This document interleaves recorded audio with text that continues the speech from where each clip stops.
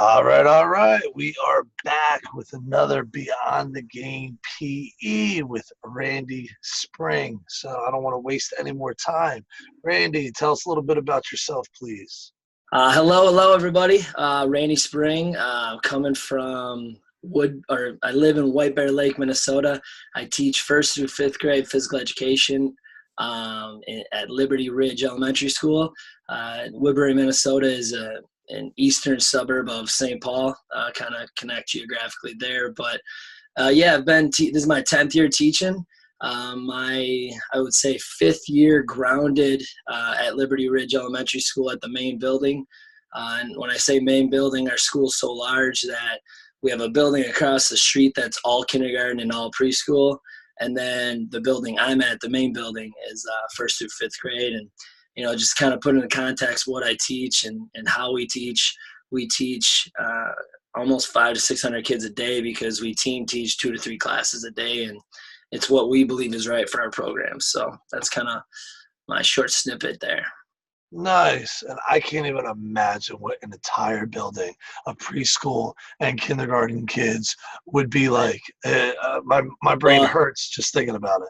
Well, man, if you ever want to do another Beyond the Game, I'll tell you about my 3 years when I was at that building, and I taught 8 classes of pre-K and kindergarten PE a day. So, wow.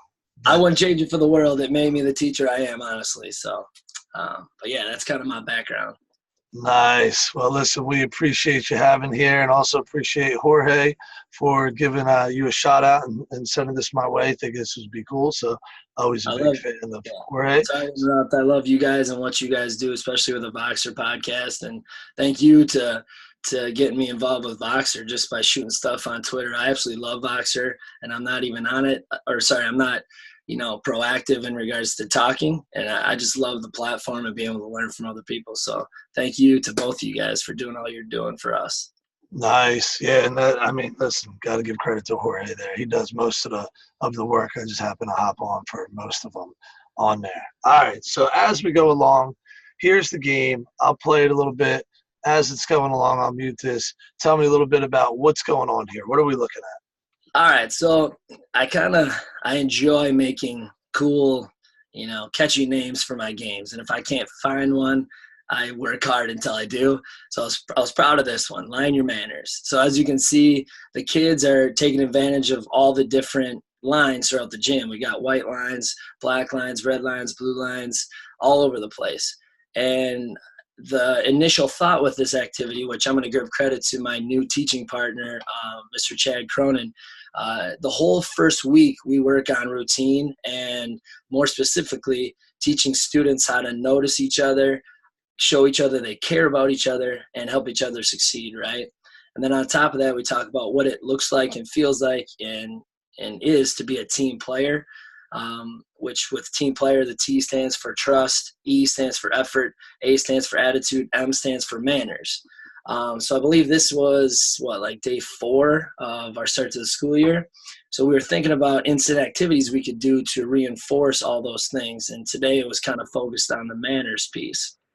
So my teaching mate, he does an activity like this at his old school. And I was like, man, I love it. Let's do it. But he doesn't do it like this. So we started off just having the kids do locomotors down the lines.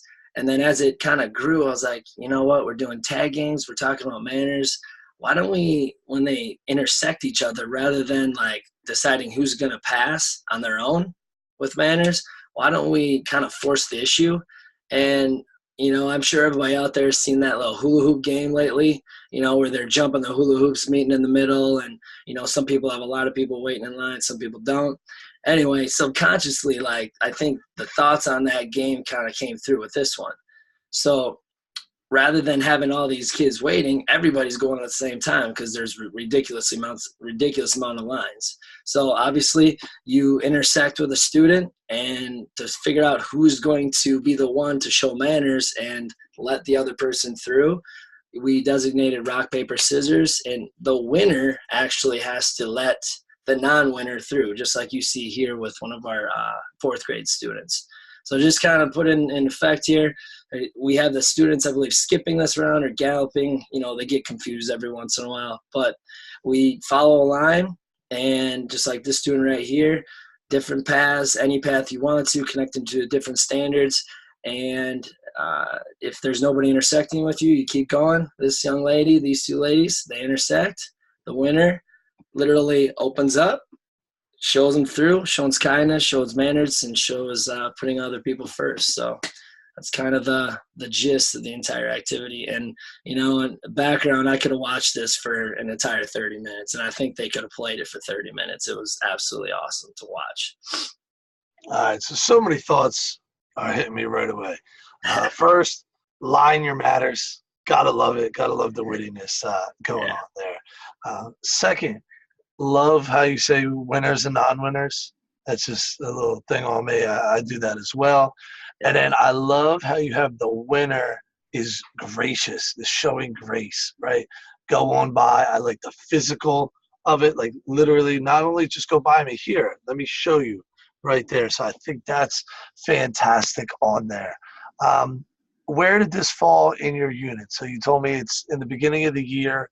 Is this an instant activity? Is it the main crux of your unit? Yep, total instant activity. So the first, let's see here, 3 to 4 days, we do tons because we have so many kids. Like I said, we do 2 to 3 classes at a time, and we had a really nice, large space, and that's why we do it. Because if we have every teacher close the walls, you know, we're dealing with scheduling issues and moving gyms all the time anyway. So why not have them all in one space and do it right, you know? So anyway, the first 4 or 5 days, we're talking about, you know, routine structure, classroom management, cues, and then, you know, the meat and potatoes of what we want these kids to learn, which is the team player, like what that means and what that looks like and feels like. And then also like I told you, we have a giant banner. It's the only banner in the gym.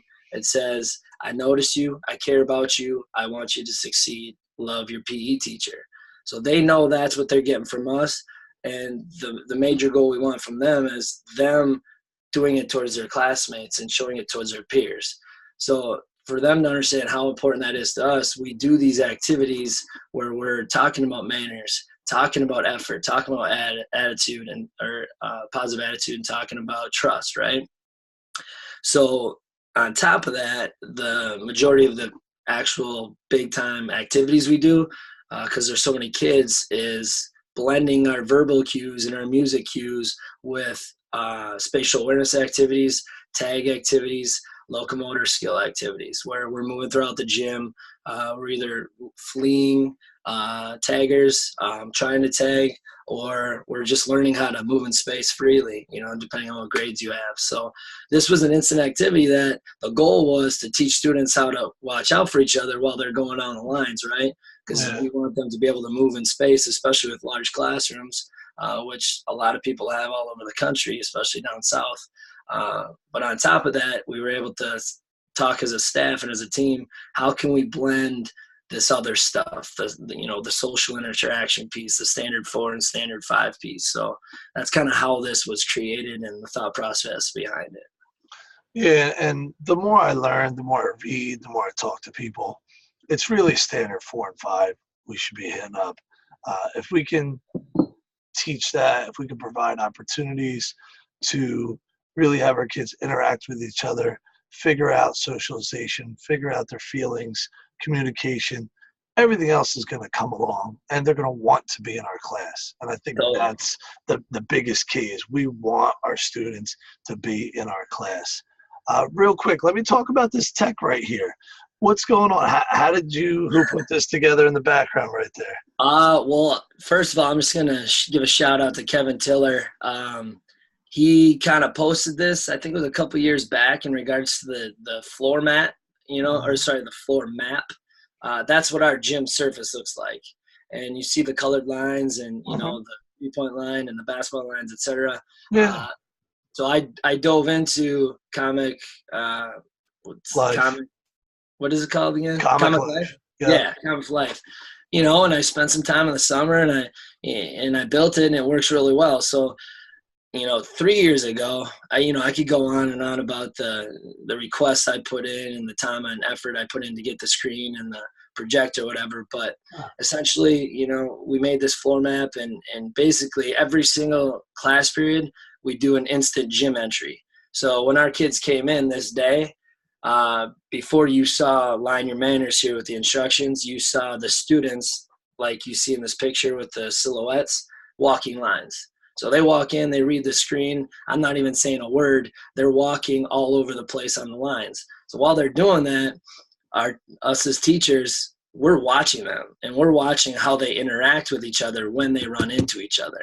And that's kind of how the rock, paper, scissors part came into play, because so many kids were totally avoiding having to make that decision to let somebody go first, or I'll just go around them, so that's, with the projector, that's kind of how we start every class period. And yeah, that gym map does wonders for us and our ability to do that. So yeah, I like that. I like the GIF on there. That's pretty cool.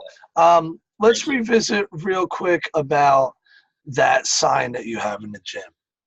Yeah. Tell me a little more about this. This is really intriguing. I'm telling you right now, I did my first presentation this summer, and I talked about that banner the entire time.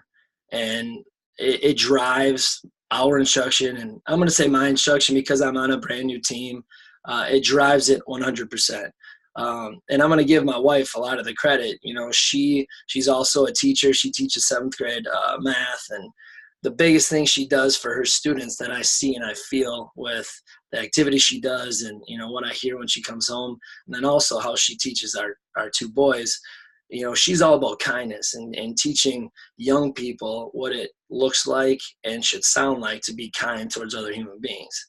So when I started to realize that 3 years ago, I was like, I got to change the way I teach, and I got to stop making it about kids just moving and more about kids wanting to move because of what we do in our gym.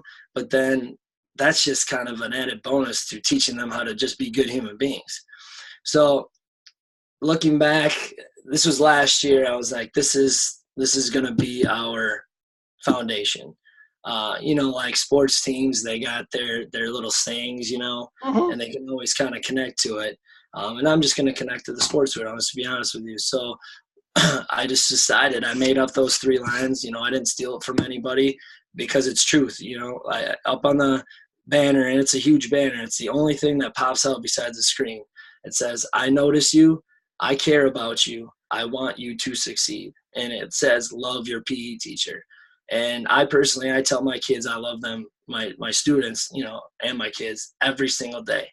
And whether you're, adjusting to a behavior, or encouraging somebody, or acknowledging 2 people noticing each other by asking somebody to join their group, or being brave enough to put your hand up to say, I need somebody, because I'm going to trust that somebody in my class is going to come get me.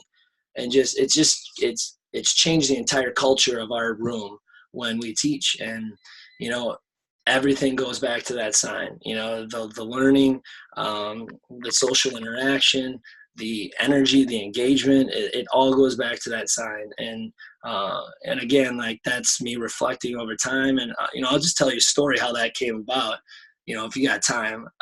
This is interesting. So when I got full-time at Liberty Ridge Elementary School, I was at the kindergarten building, right? It's kindergartners and preschoolers all day long, 8 classes a day. And then when I moved to the first through 5th grade building, it was 2 to 3 classes of 80 to 90 students, 1st through 5th grade every time. And what I noticed, and nothing against my team at the time, this was years ago, but they would always let the kids pick their groups, which is fine. That's what we want. We want kids to be able to create groups as well as us creating groups. I noticed every single time, in special education students specifically, after the dust settles, I would have the same kids always come up to me with that look in their eye, Mr. Spring, I don't have a partner. And it just killed me. And it was hard for me because I was kind of like that fill-in teacher where I was the newbie in this team, and I don't want to overstep boundaries. But every single time that happened, those students, and it was always the same students, they came up to me and said, Mr. Spring, I don't have a partner. And they had that look in their eye, sometimes watery eyes, and it just killed me. It's like, this isn't your fault. This is my fault. And then over time, I kind of reflected and I talked to my wife about it too. And it's just something that really hit the core with me on how to do this was I do speed and strength coaching in the summer for our high school or whatever. And our 7th and 8th and 9th graders, I noticed every single day when they were driving in to get dropped off, they were just staring at their phones, not looking at their parents in the car. And then when they would get out of the car, they would literally not say anything to the parent and walk into the school. And then I was thinking more. I was like, well, that's ridiculous. My kids cannot be like that someday, you know? And then I would notice that when they came into the weight room, I would stand outside the weight room entrance door every single day, and they would just walk by without any engagement. And I went to my wife, who's the middle school teacher, and I was just like, what can we do? What is this the world you live in? Like, are they always head down, not engaging with the people that are trying to influence the most? And she's just like, Randy, you need to teach them how to do that. And then a light bulb went on, and I was just like, well, of course. If we want those students who come up to me at the end of or in the middle of class saying, I don't have a partner with tears in their eyes, I have to teach both them how to be brave and put their hand up and say, I need a group. And then I also need to teach the rest of the kids, hey, you need to notice when people need to be noticed. And that's kind of how that sign came up. It was just like, our students in our classrooms need to feel noticed by us, but they also need to feel noticed by their peers too. So that being said, when I put that sign up, you know, we start almost every week, every lesson with something that connects to you taking the time to notice people that need a group, or notice somebody who might be alone on the playground, might be alone in the lunchroom. And basically we're trying to train those kids to have empathy and say, hey, join my group. And that's another reason I never say just get in a group of 2 or get in a group of 4. I always say get in a group of 2 or 3, because then you leave kids who have 2 to be like, oh, they need somebody. Bring them in, you know? Like, why can't you have 3? Like, figure out how to do the activity with 3 kids. You know, that's kind of how the sign was created, and that's why we did it. And again, like, I got to give my wife all the credit for the ideas, but you know, we put it to action, and it does great things in our program. It's fun. Yeah, a couple things there. So first, the idea of being seen. I mean, it's huge there, and I think that a lot of kids feel like they're not seen either by their peers, by teachers, by the school. So I think that's big. My school has something called a buddy bench, where if you're at recess and you have no one to play with, you go sit on the buddy bench. People see that, you come over, come play with me. So being explicit with what we want there. And then the last part that is really interesting, that again, as I get older and I have my own kids, I'm becoming more comfortable with myself and my teaching, is the idea of this being explicit, that you love your students and telling them you love them. And it's always when I tell them, you know, I love you. And there's somebody in there will always do the same thing. Ew. And I always say the same thing. Listen, I love my dogs. Love my dogs. Am I going to marry my dogs? Do I want to bring my dogs? No. I love my parents. You know, we have these different levels of love. Mm-hmm. And I think that, there's something a racial component to it. I honestly think that, and this would be a whole nother episode for something else. Yeah. Also, is that we're uncomfortable saying that, from the idea, like, if a kid goes home and tells a parent, the teacher said they love me, is that going to be looked at? Is it going to be frowned upon? Whatever. But, and you got kids, so you know this as well. Once you have your own kids, all that flies out the window, and you realize that this idea of love and connected and that making society better, this is the only way we could do that, is being explicit with that and letting them know that I love you. This is why I'm here. So I think that's really cool. And the fact that everything's up there on the wall, your message is solid there. So I got to be honest, this is much more than I bargained for, which is fantastic. Absolutely love it. I think the message that you're giving your students, your staff, your new team, everybody like that is fantastic. Anything you want to leave us with? I'll leave you with the last couple minutes. I mean, you know, I'm on Twitter. It's great. at Mr. Spring PE, please DM me, reach out to me, especially all of you college students out there. You're randomly watching right now. You're at the forefront of social media, and if you're going into the phys ed world, like, reach out to these people. That's how you're going to grow, and that's how you're going to learn. And it don't matter what you learn in college. The people that are in the front lines in those first years, they're going to help you, and that's why we're here. So reach out to us anytime. I was able to present at Phys Ed Connections in Stillwater, Minnesota this summer, and I absolutely had a blast. And the best part was being able to talk to other PE teachers and grow with them. And the thing that I brought away with was there's a lot of people out there that are proud of what they teach. And so if I'm going to say something to everybody listening right now, be proud of your PE. And that's not cliche to me at all. Like, we have the power to be the best damn part of every kid's day. And quite frankly, we could be the worst.